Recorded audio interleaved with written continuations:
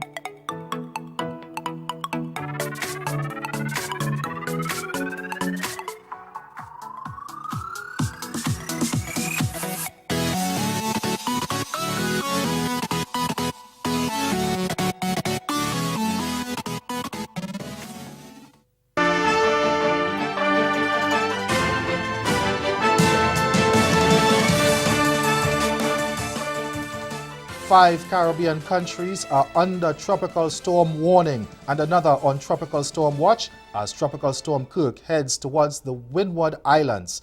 Kirk, which had developed over the last weekend but subsequently degenerated, re-emerged as a storm early this morning. A tropical storm warning has been issued for Barbados, St. Lucia, Dominica, Martinique, Guadeloupe, and a tropical storm watch for St. Vincent and the Grenadines.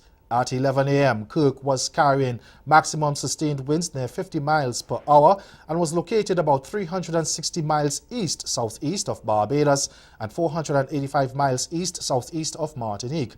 It was moving towards the west at 18 miles per hour, and forecasters say the center of the storm will move over the Lesser Antilles within a tropical storm warning area tomorrow night. But even before them, the islands will begin feeling the effects. Now, tropical storm conditions are expected to first reach by the afternoon. Now, according to the National Hurricane Center in Miami, Kirk is expected to produce total rainfall of 4 to 6 inches across the northern Windward and southern Leeward Islands, with isolated maximum totals up to 10 inches across Martinique and Dominica. It warned that these rains may produce life-threatening flash floods and mudslides. The Guyana government says it has appointed United States-based Guyanese academic Professor Dr. Leland Lucas to chair the arbitration panel that will seek to resolve the wage dispute with teachers. Now, teachers took industrial action at the start of the new academic term this month, demanding a 40% wage hike and incremental 5% salary increases for the 2017 to 2020 period. Now, Minister in the Ministry of Social Protection with responsibility for labor, Keith Scott, described Lucas as the right person to settle the disagreement between the Ministry of Education and the Guyana Teachers Union, the GTU. But the union says it feels as though it's being bullied into accepting Lucas. More in this Newsroom Guyana report. Labor officials and the Guyana Teachers Union met Tuesday morning at the ministry's Brigham Georgetown office to continue discussions on the appointment of suitable arbitrators to settle the long-running wage dispute. Minister Keith Scott and Chief Labor Officer Charles Ogle told reporters following the meeting that the law empowers the Labor Department to nominate a chair of the arbitration panel, but the teachers' union is contending that they have a right to reject anyone they believe is biased. So the law says that the chairman must come from the Ministry of Social Protection, and we have done so as is required by the law.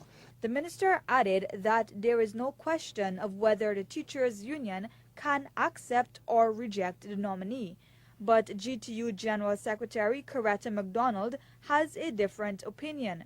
Is that the minister with responsibility for labor, he is trying to bully this process into saying to the GTU, this is our prerogative to appoint and we have done so, and this is your chairperson, and we're saying to them, we have to do our groundwork.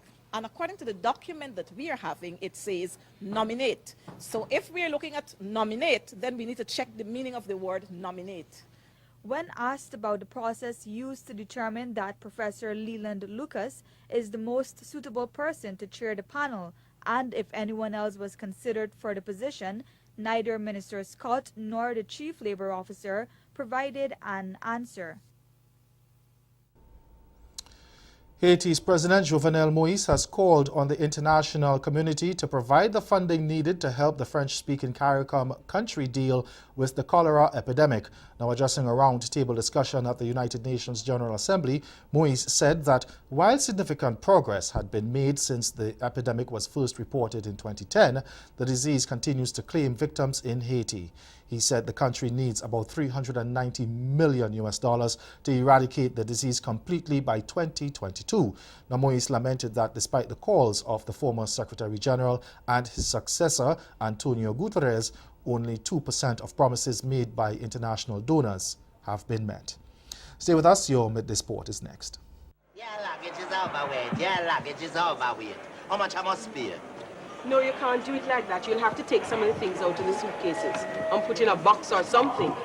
You know, you're a wicked woman. A wicked fat woman. Do you want a box, sir?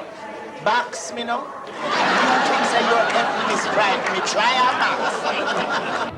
Barbados, it's time to laugh again. Get yourselves ready for the Caribbean's funniest men and women. Fast Promotions annual Caribbean Comedy Explosion.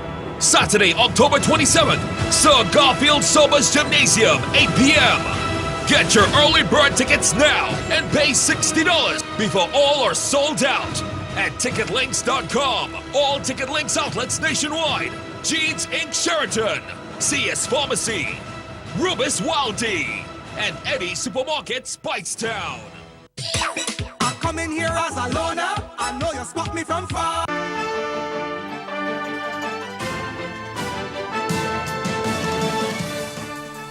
Reigning champions Windward Islands Volcanoes will contest Group A of the Regional Super 50, which bowls off next week Thursday in Trinidad and Tobago. Now, the tournament itinerary released yesterday will see Group A being played in TNT, while Group B will be staged in Barbados. Now, Group A will also feature Trinidad and Tobago Red Force, Canada, West Indies B, and Guyana Jaguars, while Group B comprises Barbados Pride, Leeward Islands Hurricanes, Jamaica Scorpions, combined campuses and colleges, and the United States.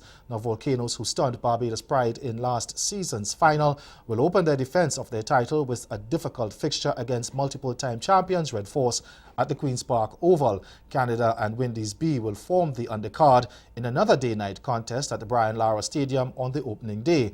Now, the opening tournament runs from October 3rd to 28th. The top two teams from each group will qualify for the semi-finals, which will be played at Kensington Oval on October 25th and 26th, with the final carded for October 28th. Meanwhile, Test pacer Miguel Cummins had been named in the Barbados Pride squad for the Regional Super 50. Now, the 28-year-old has represented West Indies over the last year, but was recently dropped for the Test Tour of India, which bowls off next week in Rajkot. Now, Cummins has played 13 Tests and 11 one-day internationals since making his Windies debut 4 years ago. He's one of 4 players with the West Indies experience in the 14-man squad, along with left-hander Jonathan Carter, off-spinner Ashley Nurse, and left-arm spinner Suleiman Ben. The squad will be led by West Indies ace skipper Shamar Brooks and includes uncapped 21-year-old batsman Lenico Boucher. Pride is missing the core of the first choice squad with Jason Holder, Craig Braffett, Rustin Chase, and Shay Hope. That's Caribbean in 10. Good afternoon.